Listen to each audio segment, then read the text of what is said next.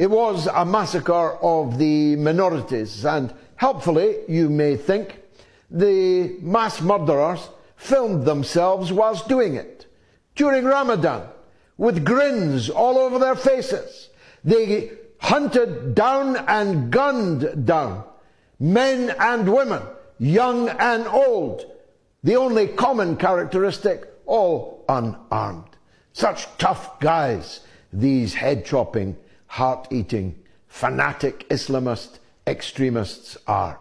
They're very good at cutting the heads of people whose hands are tied behind their back and who cannot fight them back. They're very good at murdering women, although they like to keep their women locked away, and they like to keep the women they stole from other people locked away. Yazidi women, for example. They are big on women's modesty, but that doesn't stretch to not murdering them in their homes. Helpfully, you may think, they've filmed themselves doing it. Therefore, the culpability cannot be shared.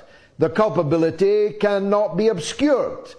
They had their patches, ISIS and Al-Qaeda patches, on their arms. They were chanting obscenely the name of God whilst they murdered people in cold blood, many hundreds of them, maybe thousands of them. And yet, this massacre of the minorities in Syria over the last few days is virtually unreported on Western media, particularly in those countries that did the most to put these maniacs into power, to usher the black flags of ISIS and Al-Qaeda into Damascus. Their media, so tightly controlled, they're not even reporting a massacre of Christian people, of Alawi people, of Shia and Druze people by their clients, by their agents, by the people they armed and funded.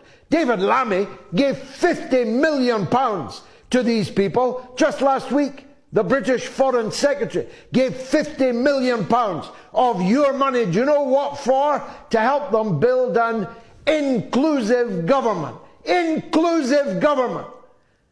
Well, that inclusive government's gunmen just massacred the people that London presumably was referring to as those that needed to be included.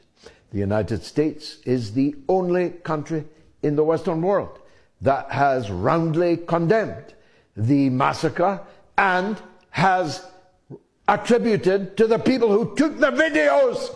You hear what I'm saying? They took the videos.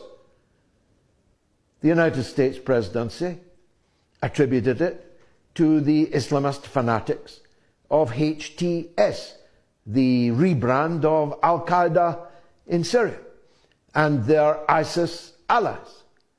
The European Union, on the other hand, did not mention the people who took the videos and blamed the minorities for getting themselves massacred. It was community noted on Twitter within half an hour, but it still stands extant as the European Union's position on the massacre of hundreds, if not thousands, of people. The legendary white helmets are already in, cleaning up. I've got a picture on my phone of the white helmets picking up the corpses, dumping them in skips to take them away, just in case there's any international observer remotely interested in finding out what happened. But of course, so far, there are none. The European Union backed HTS and the mass murderers. The United States condemned the mass murderers. The British government, on the other hand, has said nothing at all. Least of all, asking for its £50 million back, now that we know that the idea of an inclusive government in Syria has just been drowned in blood.